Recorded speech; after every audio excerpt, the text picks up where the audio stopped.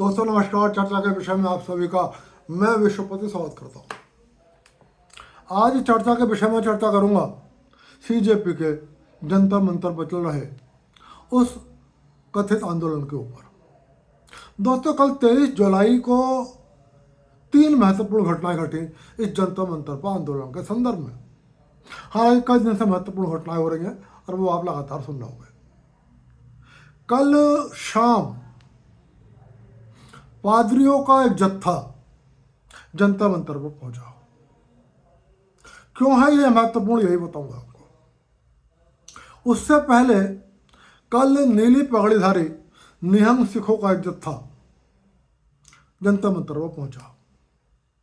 हालांकि ये बात अभी कंफर्म नहीं है कि ये जो पंजाब से निहंग सिख पहुंचे हैं ये वास्तव में निहंग सिख हैं या कोई और। वो इसलिए है कि पंजाब में बड़े पैमाने पर धर्मांतरण हो रहा है और बड़े पैमाने पर सिख समुदाय के लोग ईसाई बन रहे हैं, लेकिन वह नाम और पहनावे में बदलाव नहीं कर रहे हैं। और तीसरी जो बहुत महत्वपूर्ण घटना घटी वो कल देर रात होते होते घटी, और वो ये हुआ कि इस सीजेपी आंदोलन के अंदर आमरण अनशन पर बैठे हुए सोनम वांगचुक ने सरकार की मंशाओं से अवगत होने के बाद, सरकार की इच्छा से अवगत होने के बाद अपने आमरण अनशन को समाप्त कर दिया। अब एक बड़ा सवाल पैदा होता है कि आखिर क्यों ये पादरी जंतर मंतर पर पहुंचे। क्यों ये बात बहुत महत्वपूर्ण है कि नीली पगड़ी वाले निहंग सिख जंतर मंतर पर पहुंचे, और क्या अब सोनम वांगचुक द्वारा आमरण अनशन समाप्त करने के बाद ये आंदोलन रुक जाएगा।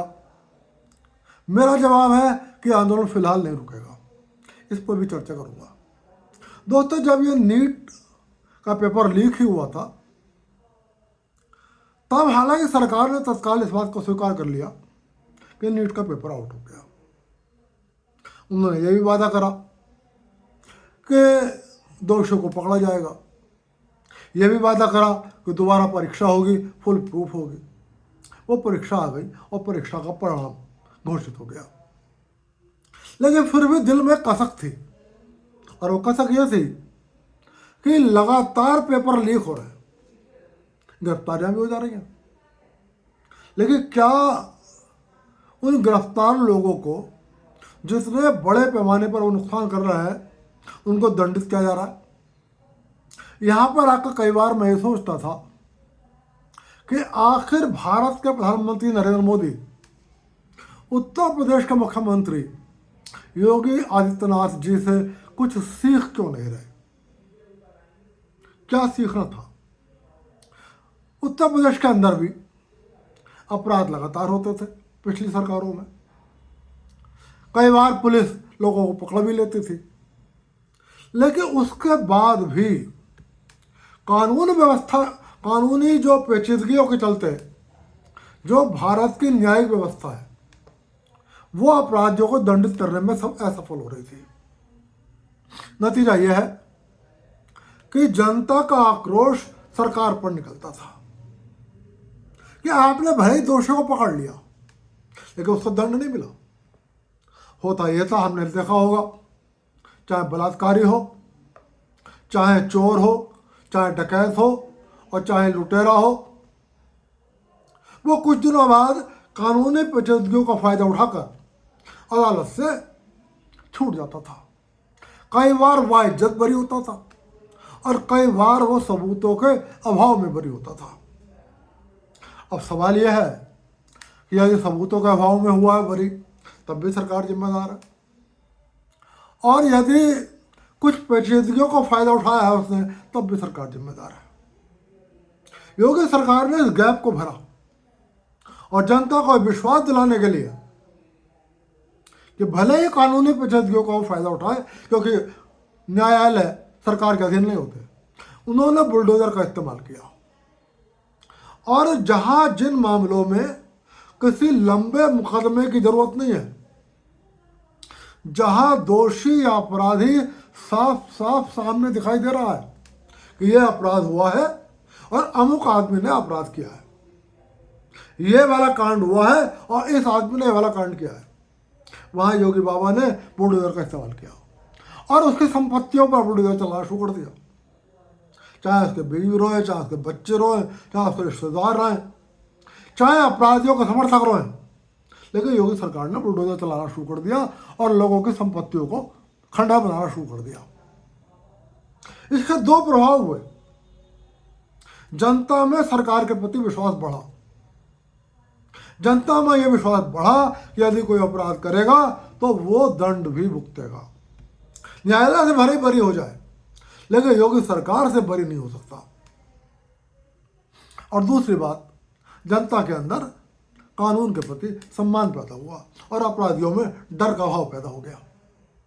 अब लगातार पेपर लीक हो रहे थे, कभी केंद्रीय परीक्षाओं के पेपर लीक हो रहे थे, कभी राज्य सरकारों के पेपर लीक हो रहे थे, पेपर लीक वाले गिरफ्तार भी हो रहे थे, लेकिन अभी तक हमने कहीं ऐसा खबर पढ़ने को नहीं मिली कि अमुक पेपर लीक करने वाले को इतने साल की सजा हो गई या इतने साल की उम्र कैद हो गई या उसे दंड मिला। और इसीलिए लगातार जो पेपर लीक हो रहे थे उसको लेकर लोगों में गुस्सा था। फिलहाल केंद्र सरकार ने आज इस दिशा में एक बहुत बड़ा कदम उठाया। हालांकि नीट पेपर लीक को उसी दिन सरकार ने स्वीकार कर लिया था और इस बात की मैंने अपने वीडियो में प्रशंसा भी करी थी, लेकिन सवाल था जिन्होंने नीट पेपर लीक किया उनको क्या दंड मिलेगा। हालांकि मैं आपको ये बता दूं कि जिन्होंने नीट पेपर लीक किया वो कांग्रेस पार्टी से संबद्ध प्रोफेसर्स और टीचर्स हैं, उनके कांग्रेस पार्टी में गहरे संपर्क है। लेकिन सवाल यह है कि सिर्फ ये कहकर सरकार बच नहीं सकती कि जिन्होंने पेपर बनाया वो कांग्रेसी है, क्योंकि सरकार आपकी है। सरकार ऐसी व्यवस्था क्यों नहीं कर रही थी कि जनता को यह भी दिखाई दे जाए कि अमुक ने पेपर लीक किया और आज अमुक को सजा मिल गई। फिलहाल आज 24 जुलाई को सरकार एक बड़ा फैसला करने जा रही है, जो शायद अभी जब तक मैं वीडियो बना रहा हूं अभी डिक्लेयर नहीं हुआ है, लेकिन रात तक घोषित हो जाएगा कि सरकार फास्ट ट्रैक कोर्ट बनाने जा रही है और ये सीधे हाई कोर्ट की निगरानी में काम करेंगे। और यदि कोई पेपर लीक होता है तो दोषियों को के ऊपर जो मुकदमा चलेगा उसको अदालत 3 महीने में पूरा करेगी और 3 महीने के अंदर दोषियों को सजा सुनाई जाएगी। और इसमें 10 करोड़ रुपए तक का जुर्माने का प्रावधान किया गया है। ये बहुत जरूरी है, क्योंकि ये पेपर जो लीक होता है ये 10-20 हज़ार या 2-4 लाख का मामला नहीं होता, इसमें लाखों का खेल होता है। 10 लाख, 20 लाख, 50 लाख, 1 करोड़, इस तरीके के फैसले होते हैं। और ये पेपर कुल मिलाकर आखिरी चैन तक पहुंचते पहुंचते 85 करोड़ का भी पेपर हो जाता है। तो फिलहाल सरकार एक बड़ा फैसला आज करने जा रही है कि फास्ट ट्रैक कोर्ट बनेगा, हाई कोर्ट की निगरानी में बनेगा, 3 महीने के अंदर मुकदमे का निपटारा होगा और 10 करोड़ रुपए का जुर्माना और सजा का प्रावधान होगा। लेकिन एक बड़ा सवाल कि अब जब सोनम वांगचुक ने भी अनशन तोड़ दिया और सरकार एक बड़ा फैसला जो आज रात तक घोषित हो जाएगा ये करने जा रही है, तो क्या ये जंतर मंतर पर जो हुड़दंग हो रहा है क्या ये खत्म हो जाएगा? क्या ये जो आंदोलन हो रहा है छात्रों के नाम पर क्या ये समाप्त हो जाएगा? मेरा स्पष्ट मानना है सरकार कितना भी कड़ा कानून ले आए और यहां तक कि चाहे धर्मेंद्र प्रधान का इस्तीफा भी ले ले तब भी यह आंदोलन समाप्त फिलहाल तत्काल नहीं होगा। क्यों नहीं होगा इस बारे में मैं आपको बताऊंगा, लेकिन उससे पहले हमें इस बात पर विचार करना होगा कि जंतर मंतर पर आखिर कौन लोग हैं, क्योंकि जब यह पता लग जाएगा कि कौन लोग हैं तभी हम यह अंदाजा लगा पाएंगे कि आंदोलन समाप्त हो जाएगा। यदि कोई भी ये समझता है कि जंतर मंतर पर नीट पेपर लीक से पीड़ित विद्यार्थी हैं या जंतर मंतर पर लगातार चाहे वो कांग्रेस की सरकारें रही हो चाहे वो सपा की सरकार रही हो, चाहे वो भाजपा की सरकार रही हो, इस दौरान जो पेपर लीक हुए हैं उनसे पीड़ित छात्र हैं तो वो राजनीतिक रूप से बहुत ही नादान है। जंतर मंतर पर कौन लोग हैं? जंतर मंतर पर दिल्ली एनसीआर, मतलब दिल्ली और उसके आसपास के शहरों में जितने भी मुस्लिम छात्र हैं और जितने भी मुस्लिम युवा हैं, चाहे वो दिल्ली के रहने वाले हैं, दिल्ली एनसीआर के रहने वाले हैं या बाहर से आकर रह रहे हैं, वो इस वक्त जंतर मंतर पर मौजूद है। दिल्ली के अंदर एनसीआर क्षेत्र के अंदर जितने भी मदरसे हैं उन मदरसों के छात्र जंतर मंतर पर मौजूद हैं। और कौन है? दिल्ली के अंदर जितने भी गैर एनडीए विपक्षी दल हैं, इनका जो भी यूथ वर्कर है, वो चाहे हिंदू है और चाहे मुसलमान है, उसका पढ़ाई लिखाई से मतलब नहीं है। कोई ज़रूरी नहीं है कि वो किसी यूनिवर्सिटी का स्टूडेंट्स हो या किसी कॉलेज का स्टूडेंट्स हो। जो वहाँ रह रहा है, चाहे स्थायी निवासी है या बाहर जाकर रह रहा है, लेकिन यदि वो इन पार्टियों का कार्य करता है तो वो जंतर मंतर पर मौजूद है।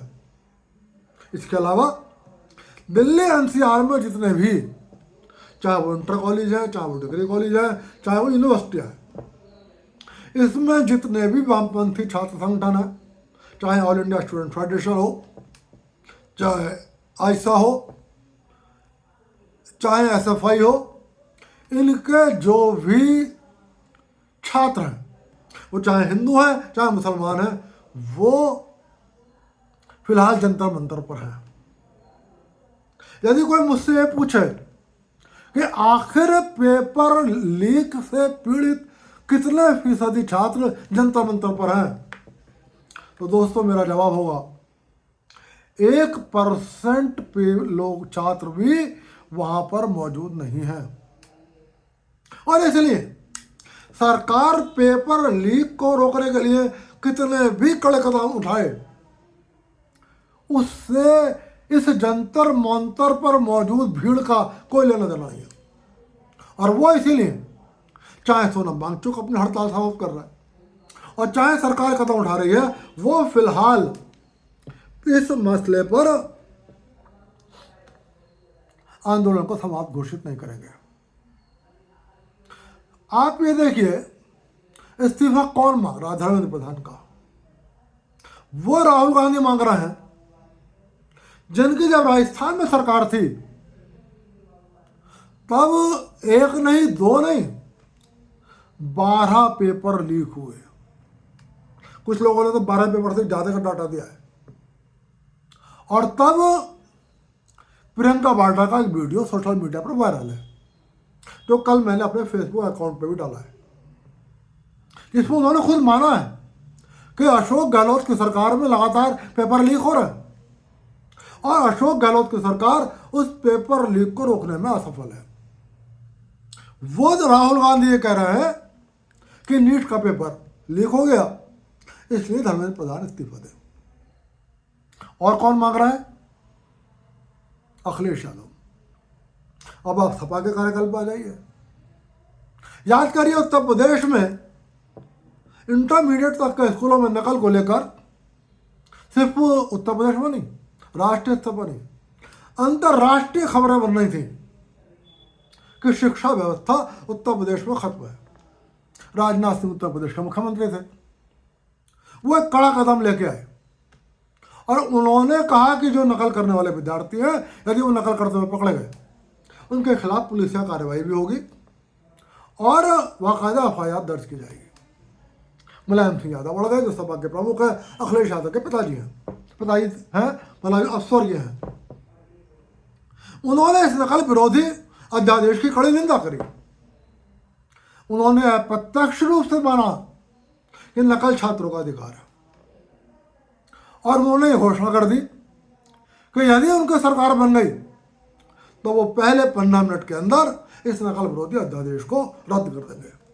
और ऐसा हुआ।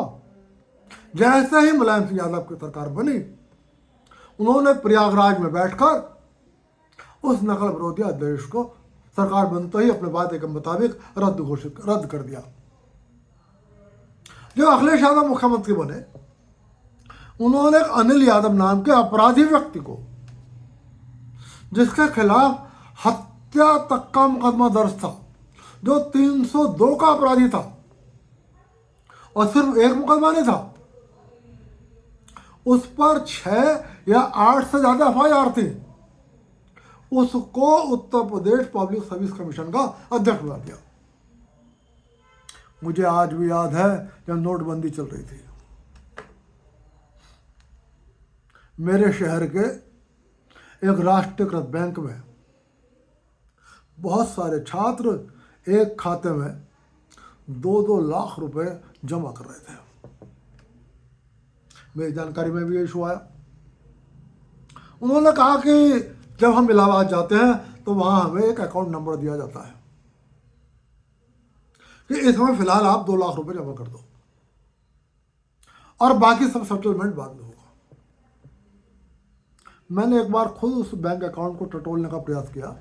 वो अंगूठा टेक का एक अकाउंट था। तो फिलहाल खुली नीलामी हो रही थी। अखिलेश यादव मुख्यमंत्री थे, नौकरियों की नीलामी होती थी, किसी योग्य अभ्यर्थी का सिलेक्शन नहीं होता था।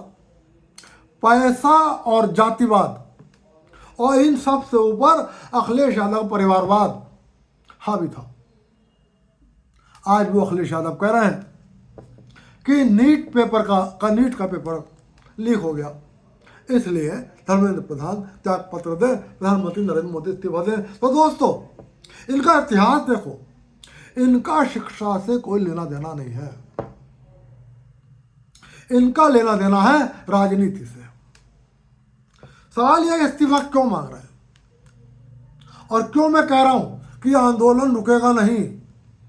यदि किसी को भी लगता है कि ये पेपर लीक के कारण धर्मेंद्र प्रधान का इस्तीफा मांगा जा रहा है, तो राजनीतिक दृष्टिकोण से या तो नादान है या राजनीति को समझना नहीं चाहता। पेपर लीक का बहाना तो सिर्फ बहाना है।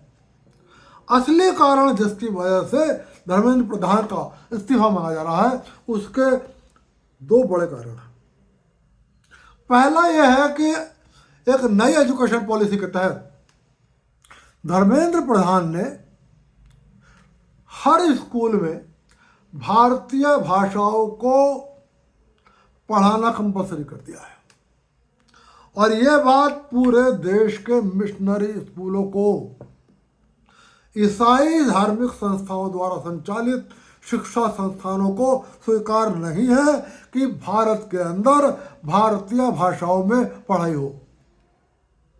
अभी तक एनडीए का कोई भी शिक्षा मंत्री इस व्यवस्था को लागू नहीं कर पा रहा था, लेकिन धर्मेंद्र प्रधान ने इसको अनिवार्य कर दिया कि चाहे तमिलनाडु हो, चाहे केरल हो, चाहे आंध्रा हो, चाहे यूपी हो और चाहे बिहार हो, आपको एक भारतीय भाषा और उसकी मातृभाषा से अलग उसको पढ़ानी होगी। मिशनरी स्कूल चाहती हैं कि भारतीय भाषाएं अपना दम तोड़ दें और भारत के अंदर इंग्लिश का वर्चस्व बरकरार रहे। मोदी इस धर्मेंद्र प्रधान की सरकार ने, धर्मेंद्र प्रधान ने अपने शिक्षा मंत्री रहते हुए, इन्होंने और गृह मंत्री अमित शाह ने मिलकर भारत में एक FCNRA बिल पास कर दिया। यह बिल ही था जिसकी वजह से कल परसों तक छप्पर आंदोलन का समर्थन कर रहे, कल वो पादरी खुलकर जंतर मंतर पर आए। यही बिल का असर है कि कल वो सिख पगड़ीधारी लोग जंतर मंतर पर आए। अब आप ये सोच रहे होंगे कि आखिर FCNRA बिल क्या है कि जिसकी वजह से पादरियों को जंतर मंतर पर आना पड़ा और जिसकी वजह से लगातार हम ये कह रहे हैं कि भले ही सरकार कितना भी लीक प्रूफ की घोषणा कर दे, यह आंदोलन जारी रहेगा। इस FCNRA कानून के तहत सरकार ने कुछ नियम बना दिया। वो नियम क्या है कि भारत का जो भी संस्थान जो भी एनजीओ विदेशों से पैसा लेगा, वो पैसा कौन लेगा, इस बात का हिसाब किताब केंद्र सरकार रखेगी। और इसीलिए भारत से बाहर से जो पैसा आएगा वो भारत में बस एक ही बैंक के एक ही खाते में आएगा, और वहां से डिस्ट्रीब्यूट होगा कि किसके पास किसके लिए आया है और किसके खाते में जाना है, ताकि सरकार के पास इस बात का पूरा ब्यौरा रहे कि आखिर पैसा कितना आया। दूसरी बात, इस पैसे को कैसे प्राप्त करा गया, किन शर्तों पर प्राप्त करा गया, किन वायदों पर प्राप्त करा गया और किन उद्देश्यों की पूर्ति के लिए प्राप्त करा गया, उस एनजीओ को इस सब का हिसाब किताब रखना कंपल्सरी होगा। FCNRA बिल लागू होने से पहले ऐसी कोई बाध्यता नहीं थी, और इसीलिए देश विरोधी ताकतों को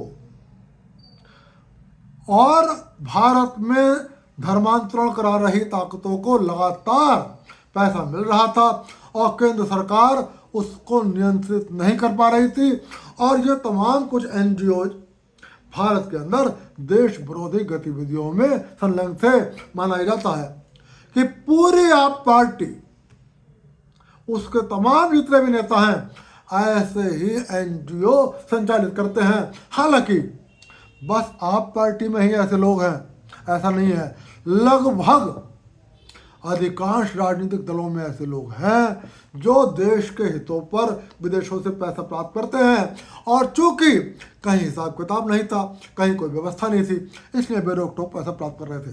अब धर्मेंद्र प्रधान और अमित शाह ने मिलकर चूंकि एक नया नियम बना दिया, इसलिए अब उनको दिक्कत हो रही है, क्योंकि यदि अब कल को कोई बात होगी तो वो पकड़े जाएंगे। इसमें एक और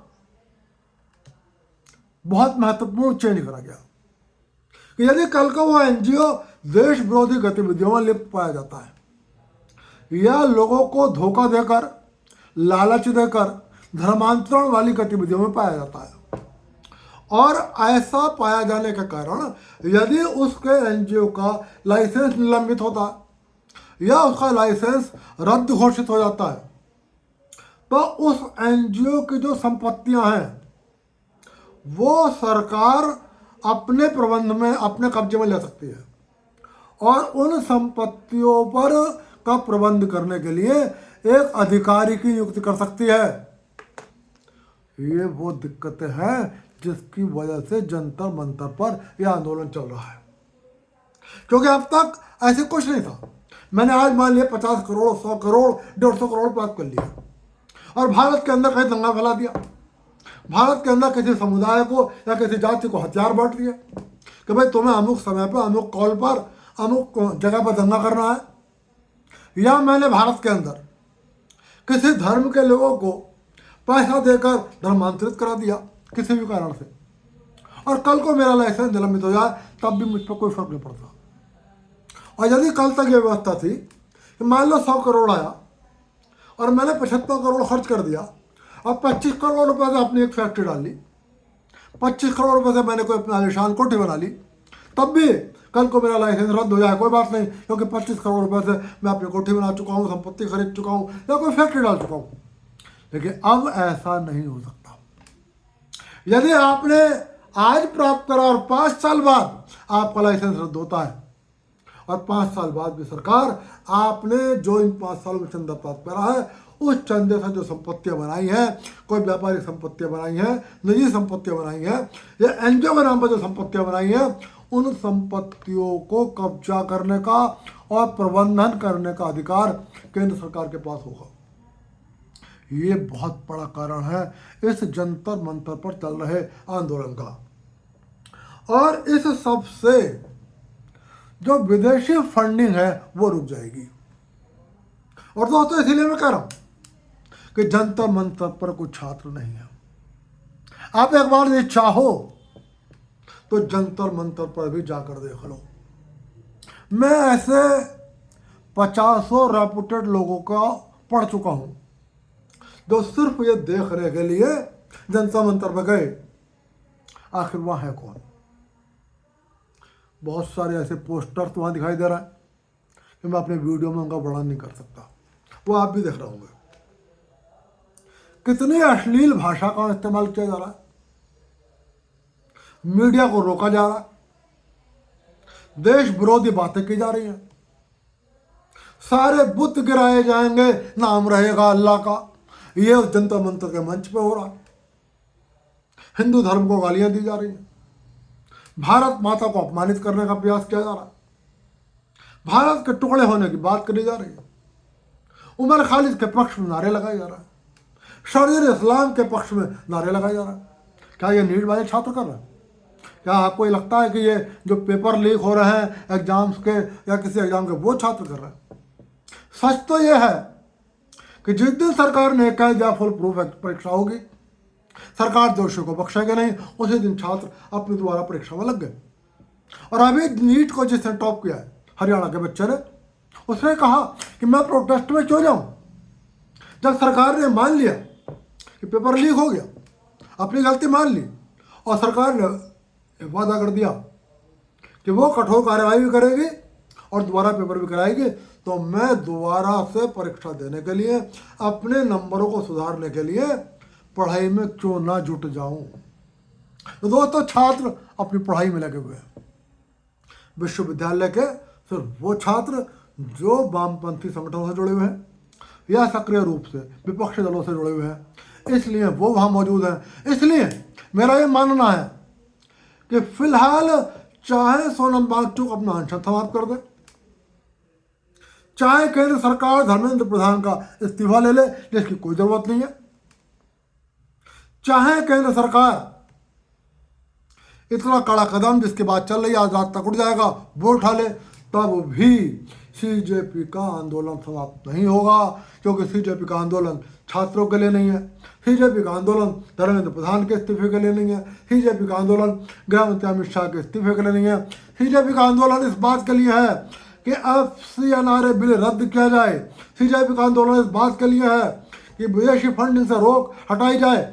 और सीजेपी का आंदोलन इसलिए है कि विदेशी चंदा जो संस्थाएं प्राप्त कर रही हैं उसका कोई हिसाब किताब ना रखा जाए, और वो उस पैसे का कैसे का उपयोग करते हैं इस बात की पूछताछ ना की जाए, उनके लाइसेंस रद्द ना किए जाएं, उनकी संपत्तियां जब्त ना करी जाएं, और यदि रद्द हो भी जाएं तो उन्होंने पहले प्राप्त चंदे से यदि कोई संपत्तियां बनाई हैं उस पर सरकार कोई कार्रवाई नहीं करे। ये पर्दे के पीछे के छिपे मकसद हैं। और इसलिए मेरा ये कहना है कि हालांकि मोदी सरकार एक बहुत अच्छा कदम उठाने जा रही है और ये कदम देर से उठाया गया है, लेकिन इसके बाद भी ये आंदोलन चलता रहेगा, ये आंदोलन जारी रहेगा। क्योंकि अब भी राहुल गांधी या अखिलेश यादव या अरविंद केजरीवाल के इरादे पूरे नहीं हुए हैं, और ये राजनीति है। आपको पता है अब पंजाब में चुनाव है, आपको पता है अब उत्तर प्रदेश का चुनाव है, और राजनीति ऐसी कुत्ती चीज़ है कि जहाँ दल कोई सा भी हो, यहाँ मैं किसी एक दल के लिए नहीं कहूँगा, कोई सा भी दल हो उसमें मैं भाजपा को भी शामिल करूँगा, ये राजनीति के लिए कुछ भी कर सकते हैं। इसलिए दोस्तों, फिलहाल ये सीजेपी का आंदोलन जारी रहेगा, लेकिन आपसे फिर ये बात कहूँगा, ये बात समझने की भूल मत करना कि ये आंदोलन देश का युवा चला रहे हैं, ये भूल मत करना कि ये छात्र चला रहे हैं, और ये भूल भी मत करना कि ये छात्रों के हितों के लिए हैं और ये युवाओं के हितों के लिए हैं। हालांकि कब तक खिंचेगा ये आंदोलन, इस पर मैं अगला वीडियो एक और बनाऊंगा। आज की चर्चा के विषय में चर्चा यहीं तक, फिर मिलूंगा, फिर किसी विषय पर चर्चा करूंगा। तब तक के लिए चलते चलते आपसे अनुरोध कर रहा हूँ, वीडियो पसंद आए लाइक कर देना, चैनल को सब्सक्राइब कर देना। आप सभी को विश्वपति का नमस्कार।